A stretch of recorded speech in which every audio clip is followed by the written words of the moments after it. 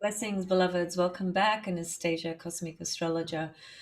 Want to talk to you today about astrological techniques, and I'm going to use the chart of Prince as an example. So this is based on the time that he transcended, passed on, left his body. Naturally, I've done a lot of work on Prince's chart because he's just one of my favorite musicians, one of my favorite artists, and as I've said many, many times through many videos, one of the most profound ways to expand and really understand your astrological knowledge is to always observe and correlate. When you are looking at your own birth chart, another person's birth chart, when you are looking at transits, what's happening at the moment, secondary progressions, whatever techniques you may or may not be using, learning about, and so forth. There are lots of different techniques. The techniques relative to predictive work are fairly advanced, in my opinion. You know, they're not easy components of your astrological toolbox, but they are necessary to learn, to practice on, and to understand. So, because we're dealing with 12 zodiac signs, 12 archetypes, and we are working with, depending on what bodies you are using, but certainly the traditional planets, as well as the transpersonal planets, as well as the nodes, as well as some of the asteroid goddesses, including Chiron, of course. You know, there are a number of different bodies that we can be working with. But the point being, every single planetary body or archetype is there in play all the time for all of us. But the point is that one archetype can have a myriad of expressions and manifestations. And so, in order to really understand how things unfold based on the circumstances that you are observing or the chart you are observing, you need to constantly be practicing the art of observation, correlation, synthesis. That's just what needs to happen in your journey of astrology if you really want to understand and have the ability to unpack what might be occurring when you notice a particular archetype, planet, body, asteroid, etc. Fixed star. You know, there are lots of things we can be working with. So with Prince's chart, I've really done a fairly thorough job relative to his passing on. And one other thing I've always said, and I've said this because this is what I've seen through my years of practice, is that when a huge event occurs in a person's life, now whether that's death, as in the death that we define as the end of one particular life, as it were, or other major events in your life, which could be a big relationship, a really important relationship, a change of career, a relocation, giving birth to a child.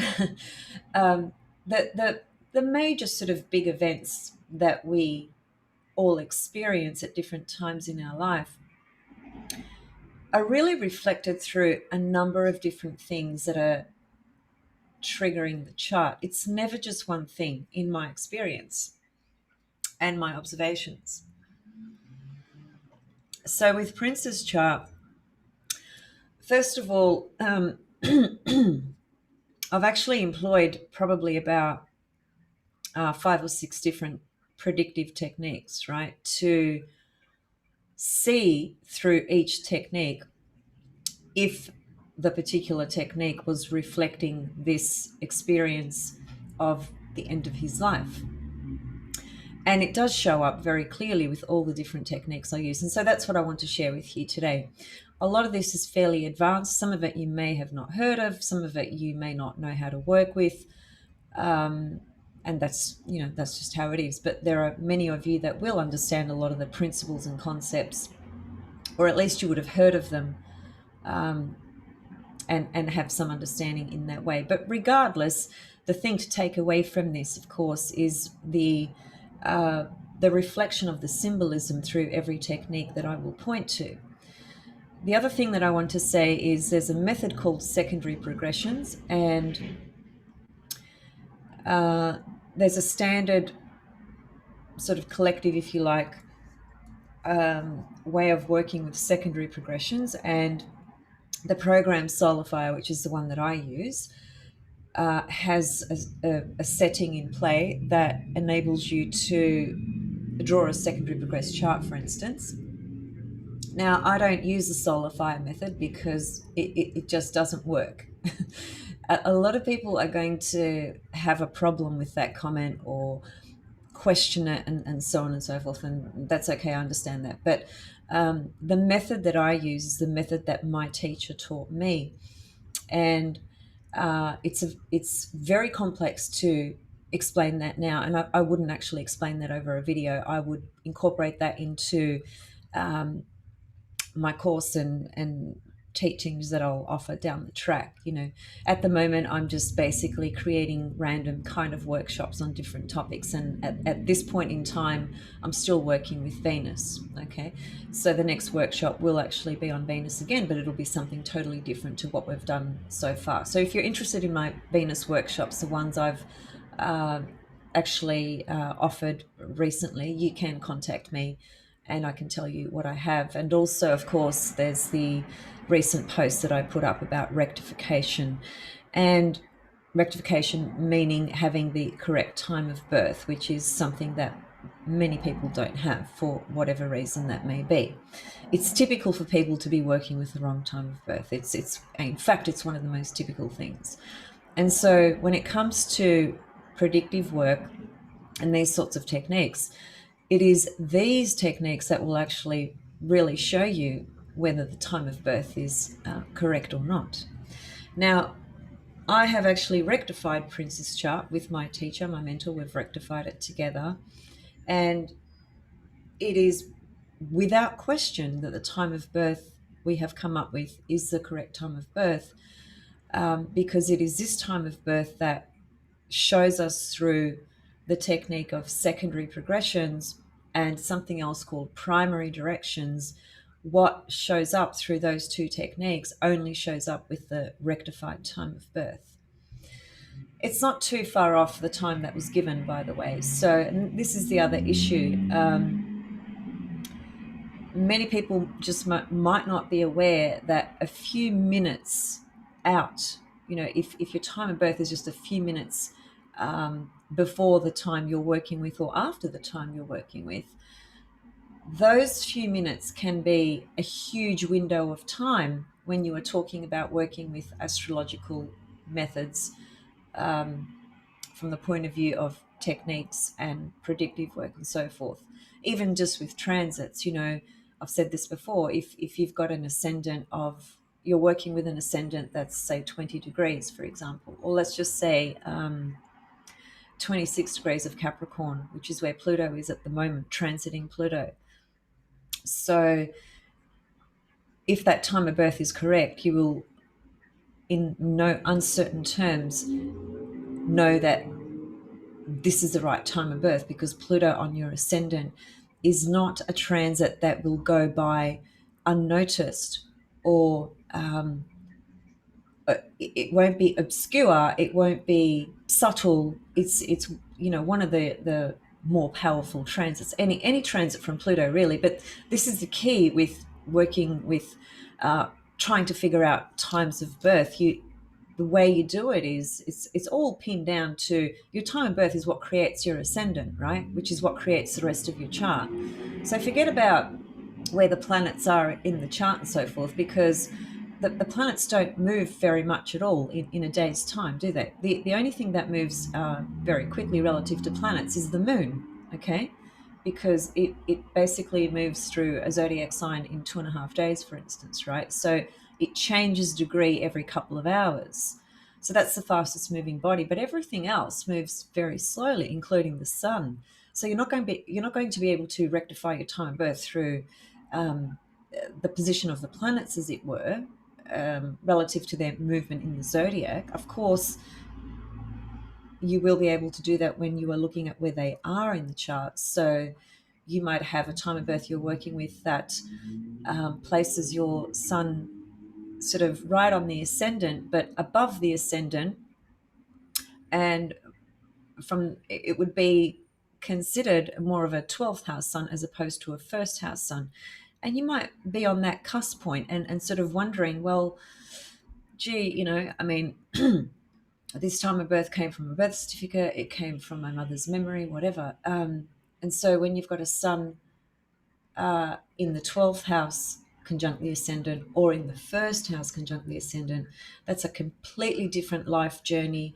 It's a completely different narrative and story. It's a completely different experience.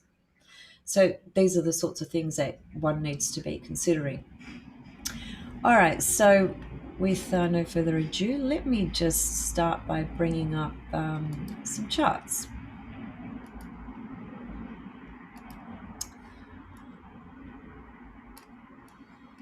Oh, didn't even realize I could enlarge that screen. You learn something new every day. That's the beauty of life. Okay, so here is the chart of Prince. This is the rectified time, okay, which is 6:09 p.m.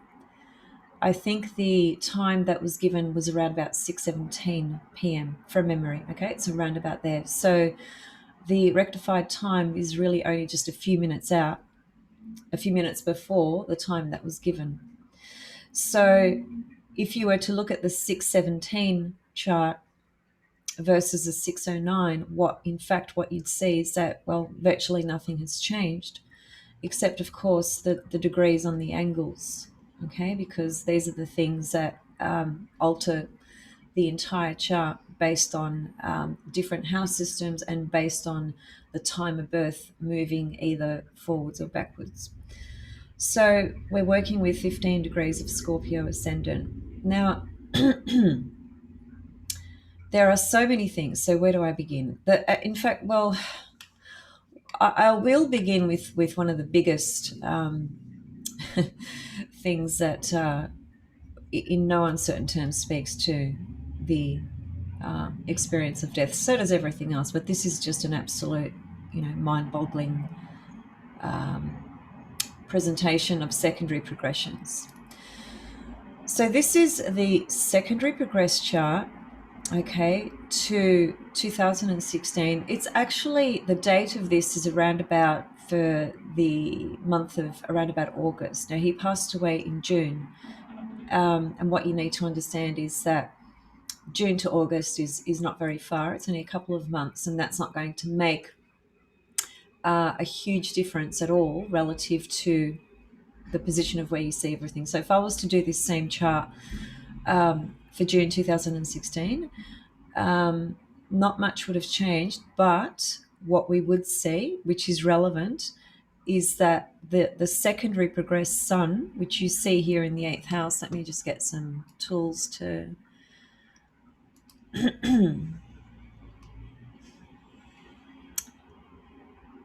okay, let's just take that one. So see this Sun-Uranus conjunction. This is a secondary progress chart to the time of his death, okay? So this is the secondary position of everything in his chart, all the planets, all the points, and of course the angles of the chart. Now, if I was to show you, and perhaps I should just to actually make my point even clearer. Okay, so what you can see here on the ascendant is 10 degrees of Capricorn. Okay, this is the secondary progress chart based on the method and technique that I use, which is not the one that everybody else uses. Okay, so 10 degrees of Capricorn ascendant. Now I want to show you with solar fire what happens with the secondary progress chart, how it looks. So if you're using solar fire, you would have your chart on the screen, the chart that you want to progress forward. That's what we're doing with secondary progressions. We're progressing forward in time. And so what we would do is we would go to the window on the left and go to, where is it? progressions, which brings up this window, and we want to have Prince's chart highlighted in this window. I was just thinking about something then, hence the pause. Never mind that thought. I'll see if I need to address that in a minute. So what we want to do in this window here is just perhaps put the date of his passing, which was the 21st of April 2016. Okay, and we want to come into this section here and highlight secondary progress, because that's the chart we want to bring up, and hit OK and have a look at this. Look at the ascendant in this chart. It's virtually 26 degrees of Sag. Now that is a huge difference with the chart that I'm working with, isn't it? Because the chart that I'm working with relative to this secondary progress method gives us an ascendant of 10 Capricorn, okay? And that's basically about 15 degrees difference. That's a substantial gap, okay? So anyway, what you can see here is, which is what I'm going to point to next, look at where Mars is in this chart and look at the IC of this chart. They're nowhere near each other, okay? The IC is virtually 23 Aries, and Mars is virtually 9 of Taurus, okay? Now, with the method that I use, have a look at the IC and have a look at Mars. They are both at 8 degrees of Taurus. So with the secondary progress method that I'm using, this shows us that he died at the age of 58, I believe it was. So in 58 years, it took 58 years for this whole wheel, that is the chart, to do its turn, as it were, to just continuously turn and turn and turn as it does every day. And it took 58 years for the secondary progressed IC to come to his secondary progressed Mars. Now, you do not see this with the secondary progressed method that Solar Fire uses. I'm just pointing out this is how it is. And this is what shows me that, first of all, the time of birth we are working with is correct. And second of all, the technique that I use is actually correct as well. You do not get the same result with the normal settings of secondary progressions, okay? So Mars coming to the IC, that's the death. That's literally the death. And the Mars component is definitely the level that speaks to, first of all, his death was there's sinister perspectives attached to his death, okay? That is that somebody actually killed him. Now, we don't know exactly what happened there because we weren't there. But relative to what's been shared, and certainly from my own sense of things as well, I too believe he was killed. And that would be the Mars coming to the IC, okay? Because Mars is violence and killing as well, okay? And the IC, it connects to the end of life. So does the 8th house, but the IC does as well, especially in old, ancient, medieval astrology. It connects to how one ends things in life as well. So this is a huge secondary progression showing us basically what took place, okay, at the end of his life. The other thing, of course, was that the secondary progressed Sun forms a conjunction to Uranus, and in fact, around the month of June, which was when he passed, the Sun was actually at about 11 degrees. So there was an exact Sun-Uranus conjunction, a secondary progressed Sun to a secondary progressed Uranus conjunction in the secondary progressed 8th house. Now, why is that significant? Because Sun is life. That was him, the person, personality that he was. And Uranus brings in the component of sudden, unexpected, unpredictable. No one knew this was coming. I'm sure he himself didn't even know it was coming. It was a sudden thing. Now, that Sun Uranus secondary progression and those two being conjunct, that regardless of what time you work with, that was still in place. So this is not based on time, because this is the movement of the planets on a daily basis. Okay, so 58 days after his birth, in other words, or thereabouts, the sun had moved to Leo from Gemini. His sun is natally in the sign of Gemini. So when you move the sun forward from the 7th of June to this particular date here, which is actually in August here, right? We can see that the sun has moved into Leo. Uranus has also moved forward. It's gone into Leo, and they've caught up together. This is via secondary progression. So there's another correspondence with the nature of events we're looking at, which was the unexpected death that took place. Another thing that I want to point to in this secondary progress chart is see the Jupiter North Node conjunction.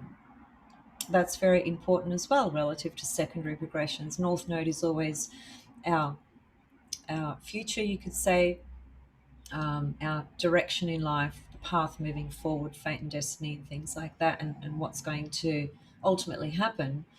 And Jupiter and the North Node come together via secondary progression. Again, this is not time dependent. This is just another feature of the movement of the planets via secondary progression technique. But the thing where time of birth comes into play is basically with the angles, okay? The angles being these signs on the outside wheel, which define the ascendant degree, the IC degree down at the bottom of the chart, the descendant degree, and the MC top part of the chart. Those degrees of the zodiac that you see on that outer wheel are 100% time dependent down to the second.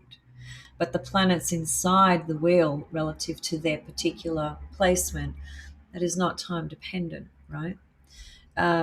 Okay, so there's three things going on here. The most telling is really relative to time is the Mars on the IC.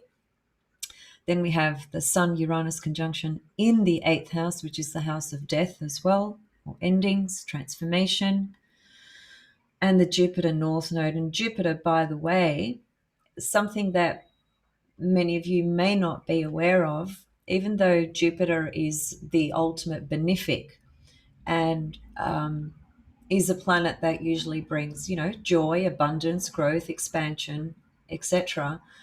Jupiter is also a really important planet when it comes to death, as a matter of fact, because Jupiter actually reflects and corresponds to being released into the heavens, as it were, released out of this body into the higher spheres. That's Jupiter. So the Jupiter North Node conjunction actually speaks to that. And there is another level of Jupiter coming into play through another technique, which I'll show you in a minute. So let me just make sure that I've covered everything in the secondary progress chart. I just want to also point out that in Prince's natal chart, there's a few things that are really important to pay attention to, and that is that there is something in astrology called critical degrees. And when you have planets in critical degrees, there's something critical about them. It's literally, it's literal in its meaning. They're very powerful planets, okay, and they're very critical in this life in terms of what they will manifest, okay, in the person's life. So one of the planets that's at a critical degree is Mars, which is at 0 degrees of Aries. That's a really, really undeniable, powerful Mars, beyond what we can actually understand. It's at a critical degree. The cardinal points in astrology, which is 0 Aries, 0 Cancer, 0 Libra, and 0 Capricorn, those 0 degrees in the cardinal points are the most powerful points in the zodiac. That is what our whole tropical Western zodiac is based on. That's what the seasons are based on. So those points, when you see zero of cardinals, if you have planets in zero cardinals, just pay attention, because those planets are really powerful. For better or for worse, they're extremely powerful. So he's got quite a few planets at critical degrees, because critical degrees are not only zero cardinals, there are other degrees in the zodiac that are critical as well. And let me just tell you what they are. It's a princess chart. Okay, so he's got Uranus at 8 degrees of Leo. Okay, fixed. So that's a critical degree. Okay, fixed of 8. The signs that are at 8 degrees of fixed, which would be Leo, Aquarius, Scorpio, and Taurus. They are also critical degrees in the zodiac. So he's got Uranus. He's got the Mars, as we said, which is at 0 cardinal. Mercury, which is at 4 degrees. That's also a critical degree relative to mutable signs. His Sun is also at a critical degree because it fits within the band of mutable critical degrees in the zodiac, which is 16 Gemini.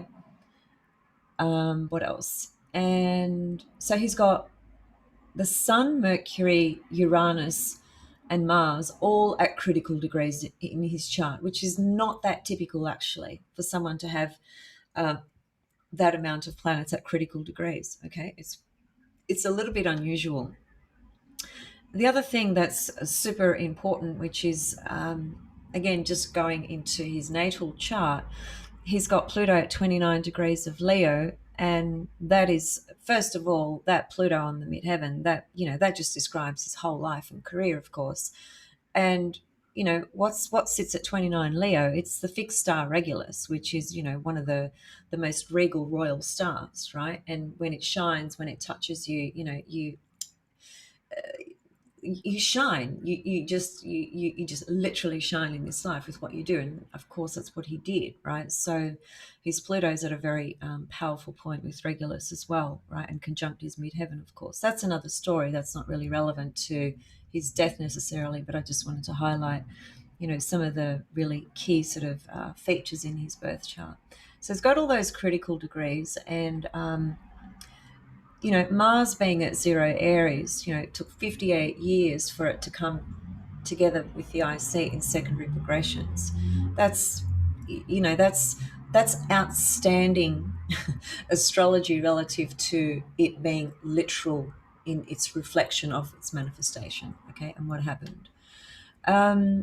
Okay, there were a lot of things going on via transit as well. So let me just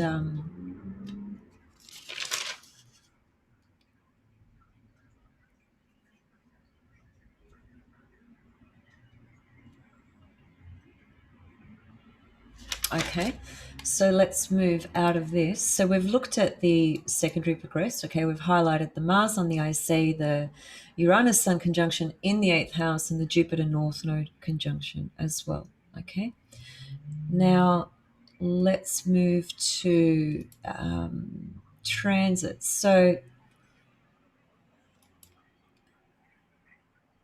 where's the transits? There they are. Okay, so let me just...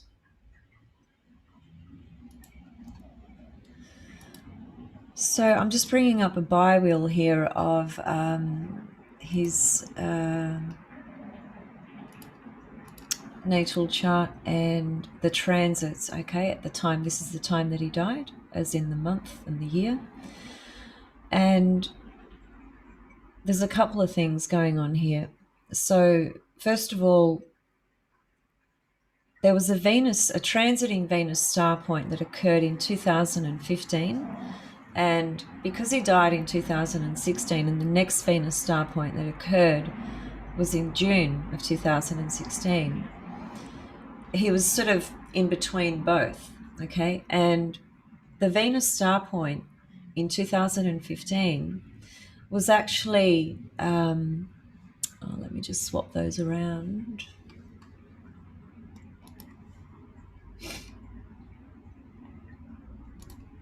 Okay, so this is the inner wheel is Prince's birth chart, okay, and the outer wheel are the transits relative to his birth chart, okay, at the month and year of his birth. So the transiting Venus star point that was activated in 2015 was actually exactly conjunct his Pluto in Leo. So think about that.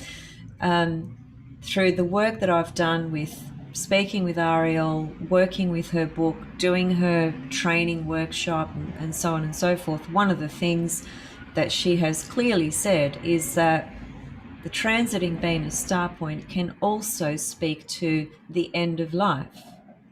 Okay, it's not unusual to have the Venus star point triggering something off in the chart when a person transcends. Okay, so Pluto naturally is fate, destiny, death, transformation, amongst other things as well. So here we had the Leo star point activate his Pluto the year before his death,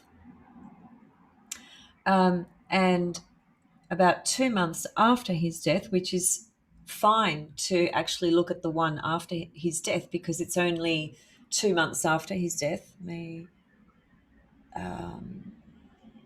April, May. Yeah, it's only 2 months after his death, and that's allowed within the window, the range. Okay, because the Venus star point, when it's activated, the the date that we see of its activation, time, month, and year, and so forth, there's a window of months either side to that actual date where the frequency of that Venus star point has already activated.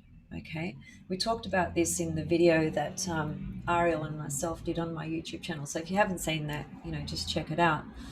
So the year before his death, Venus star point in Leo activates his Pluto.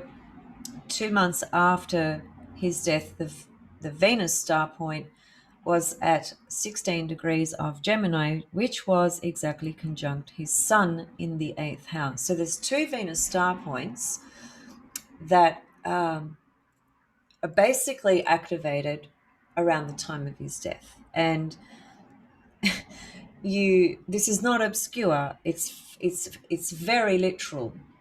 Star point on Pluto, star point on the Sun. Where is the Sun? It's in the 8th house. What does Pluto represent? Death, transformation, etc. So that's the Venus star point activation things that happened at the time of his death. So we have the secondary progressions. We have the Venus star points. That's two methods now that we've looked at. Let's now look at, before I move on, let's just look at some other transits. So basically, if you look at the position of his Sun, which is virtually 17 degrees of Gemini, transiting Pluto at the time of his death was exactly in conjunct his Sun. So there's another signature, okay? Because Pluto, again, it represents death, transformation, rebirth, etc. And here it is forming an in conjunct to the Sun in his 8th house, which is him, his life literally. When that light goes out, our light goes out, we move on to the next dimension, okay? And Pluto was being activated by the Venus star point as well. And then Pluto comes around and forms this in conjunct to the Sun, where there's another Venus star point right on his Sun. So you can see the synthesis and the correlation, the story just building up through various ways of looking at what was happening to his chart, to him at that point in his life. Also, the other thing relative to a technique called annual profection, some of you may have heard of that, some of you may have not. It is a technique that's very, very old in astrology. It's a very good technique, actually, relative to forecast and prediction. So, in the year of his birth, he was actually in the 10th profected house. Now, we would use whole sign houses for that, but I'm not going to do that. It's just going to take more time. But if you can just imagine that there was 0 Leo would be here on the 10th house. When we are working with annual perfections, we use the whole sign house system, okay? And this is where I did a video on the difference between whole sign houses and quadrant house systems, right? And the fact that they are both powerful, both important, both significant, and both work, right? So, and here is a perfect example. So far, we've looked at Prince's chart with a quadrant house system. The one that I use is Kosh, but I'm also letting you know that if we were to look at his whole sign houses, it also reflects something relative to his death. He was in his 10th house, which is, we know that the 10th house is career, life direction. It could be bringing in matters of one of our parents, parental figures as well. That's always a thing that comes into the 4th and 10th house throughout our whole life, really. That doesn't change regardless of how old we become. So anyway, the point is that Leo's on the 10th house cusp, or the MC. What rules Leo? The sun, right? So in terms of his perfected house, he was in the 10th house, which was, there was a public, it was a time of whatever was going to happen was extremely public, which it was, his death. And the sun is the ruler of that, and the sun's in the 8th house. There's much more to that relative to annual perfections, because you'd need to look at, first of all, he's in the 10th house. What's in the 10th house? Pluto's in the 10th. Even if we put whole sign houses around this wheel, Pluto's in the 10th because Pluto's in Leo. So he's in the house of where the location of where Pluto resides, which again, Pluto is about death, transformation, etc. The sun rules it. The sun's in the 8th house. You'd also go further and look at what transits did the sun have during that time, what transits did Pluto have during that time, etc. Okay, there's you'd look at what eclipses were happening during that time, for instance, as well. Okay, so the next thing I want to show you is a thing called primary directions, and this is the primary directed chart for when Prince passed away. Primary directions is another technique which it works differently to everything I've showed thus far, and this is a technique that really helps us actually rectify times of birth, right? It's where everything has moved to relative to, if you look at the date of birth here, you can see we've still got the same date of birth, 7th of June 1958. That's when he was born. Remember, we started his birth time at 6:07 p.m. and look at the time that we are working with here. It's 9:48:21. So that means 9 hours, 9 p.m., 48 minutes and 21 seconds. So from the time of his birth, what's that? That's 3 hours and 41 minutes or thereabouts. 3 hours and 41 minutes. Just think about this. This is really bizarre and magical of how astrology works. This chart is where, this is just showing you where everything has moved to 3 hours and 48 minutes after Prince was literally born. When he was a baby, when he was born, where did everything in the sky move to 3 hours and 48 minutes later? This is where it had moved to, okay? And this corresponds to the 58 years of his life. Might be a little bit hard to get your head around that because this is all very technical astrology, so don't worry about that. But I'm just showing you again through primary directions.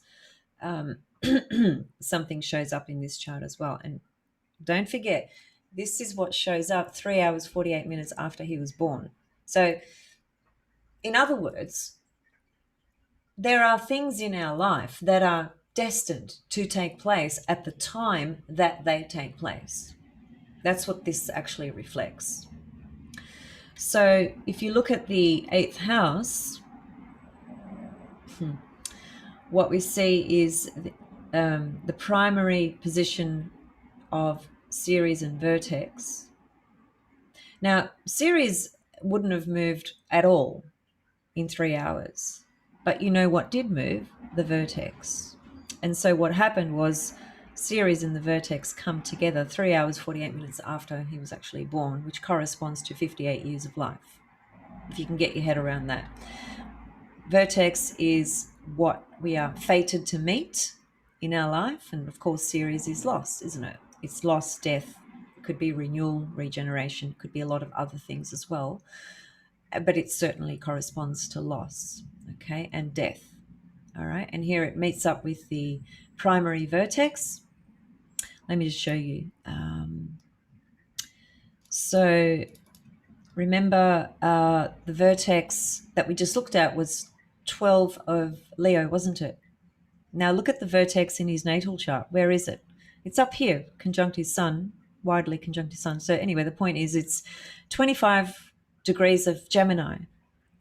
So 3 hours and 40 minutes after his birth, that vertex it flew over into Leo. It reached to 12 degrees of Leo. Okay. So the vertex is a very fast moving point in the chart, as are the angles, and then would come the moon. Okay. So again, this is a technique that actually helps us rectify birth times, for example. So going back to that primary chart, which is just here. So this is the primary chart that reflects the year of his birth, which shows us Ceres vertex conjunction. Sorry, it was at 10 degrees, not 12. So there's another hit, basically. Let me see. And of course, it's also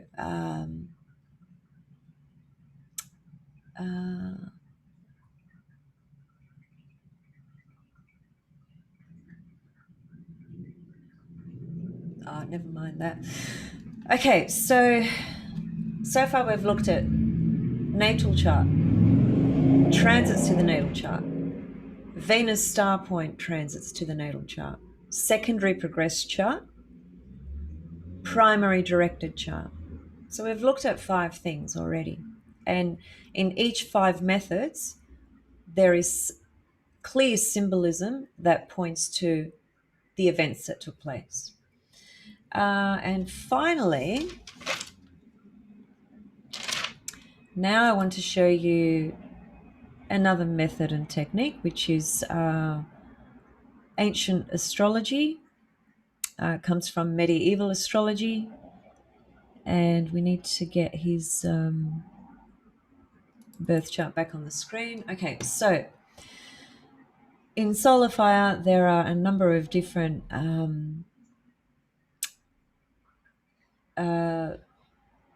system of things built into solar fire, okay? And some of those things take us to medieval techniques. So if you look to the right here and you see these tabs, you would hit pages.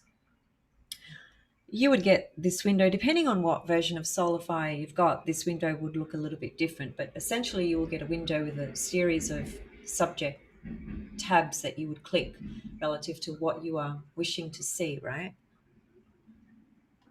And what we want to see comes under the name here of classical astrology.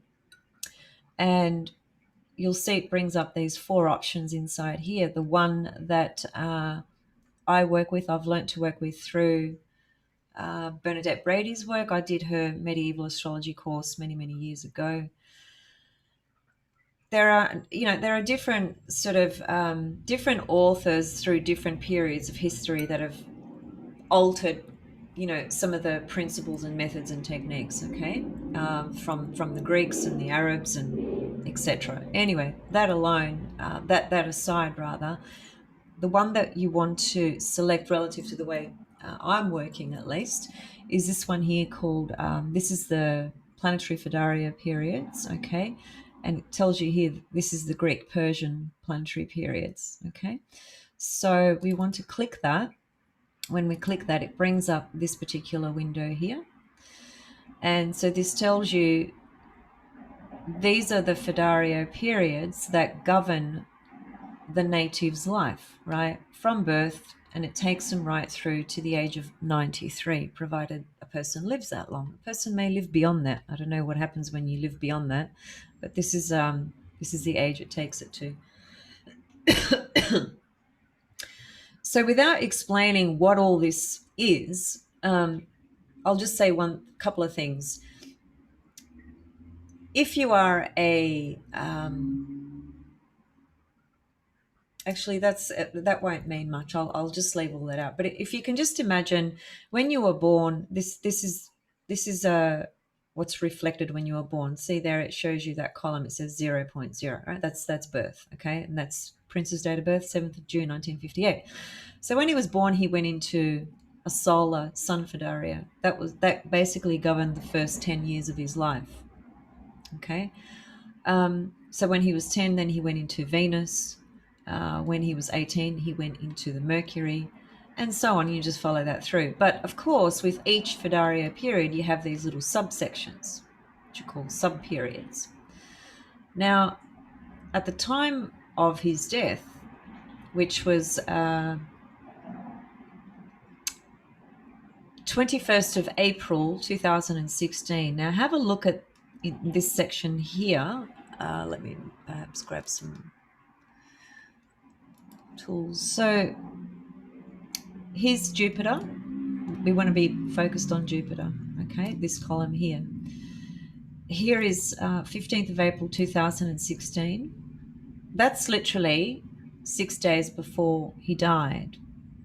And look at the period he went into. He was in a Jupiter period already. That's the long period, the Fidaria period, which actually began 2009.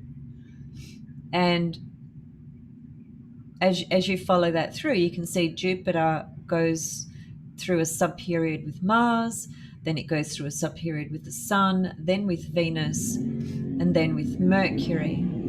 So when he died, he was in a Jupiter Fidaria period and a Jupiter Mercury sub-period. Why is that significant? Well, I'll show you now. Remember what I said about Jupiter being the planet that also speaks to a soul being released out of the body. It's being freed. So when you go back to his natal chart, which is here, and let me just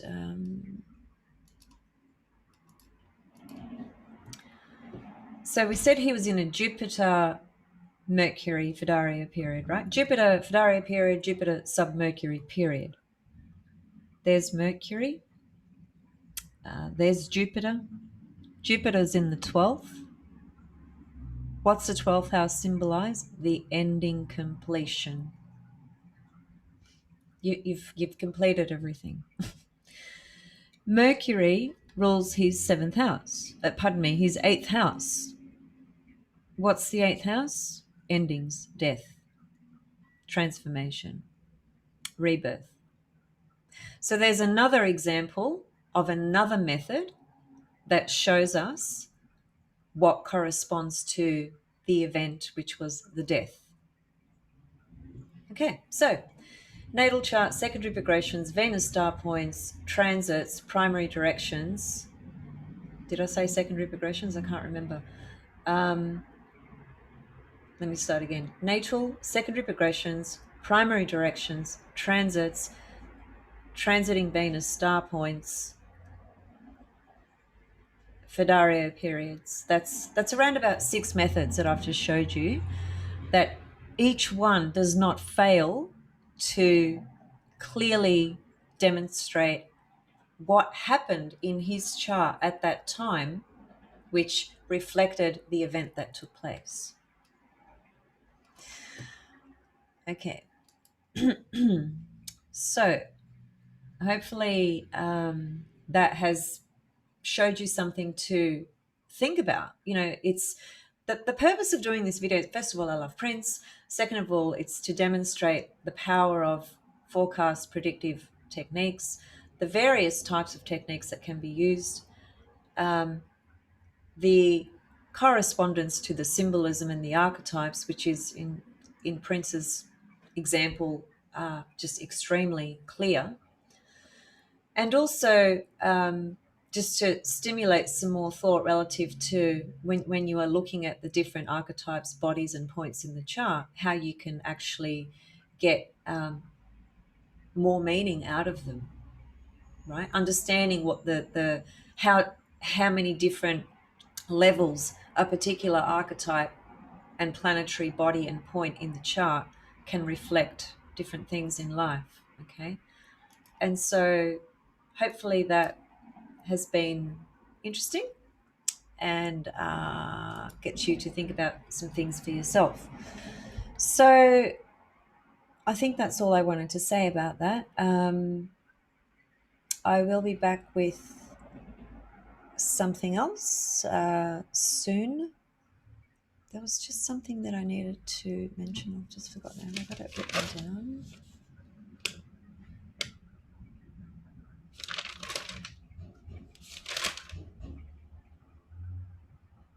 Yeah, I think that's it. And by the way, actually, this might be helpful to if you have questions around, if you're thinking, well, why am I using the secondary progress technique that I'm using and why is it different to solar fire? Um, One thing, well, let me just go back to share screen. So, well, we can just stick to Prince's chart. The 6:17 p.m., which is the time that probably most people are using because that's the time that was given, and the rectified time comes up as 6:09 p.m. Remember I showed you guys before that if I do a secondary progress chart for Prince through solar fire, it gave us an ascendant of, I think it was about 28 degrees of Sagittarius.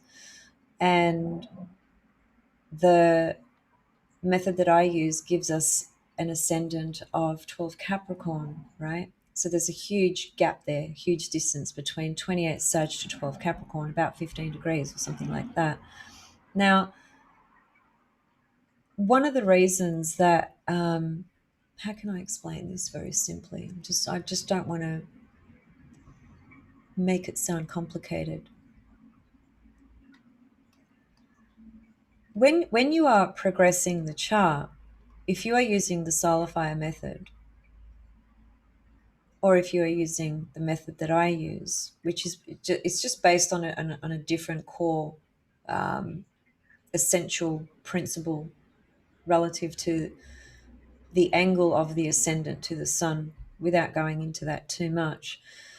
But the reason why things can be so vastly different relative to the solar fire method, for instance, and the method that I use, part of the reason for that, in terms of the gap, it has got to do with in the northern hemisphere and the southern hemisphere, two different hemispheres, certain rising signs rise much faster in the north and rise slower in the south, and vice versa. Other signs rise much slower in the north, and other signs rise much slower in the south. And that's a very important thing to understand, because not every rising sign rises at the same time everywhere, right? So I just can't quite remember which signs correspond to which hemisphere relative to faster or slower moving. I've got it written down, but I just can't remember it off the top of my head. But when you have, that's just an important technical point to understand, because that's showing us the movement of the wheel of the zodiac, right? In terms of the sign that's rising on the eastern horizon, which is the ascendant. That's what the ascendant is. It's literally the sign that's rising on the eastern horizon of your location, wherever you are. Some signs are going to rise much faster than other signs at that point. That's basically what I'm saying. And that's going to throw things out quite dramatically relative to secondary progressions, for one. Okay. Anyway, look, I'll leave it. It's quite technical. I think I'll just leave it there for now. Yeah, all right. I'll see you guys very, very soon with some more Astro talk. Much love and much blessings, and thanks for listening. Bye for now.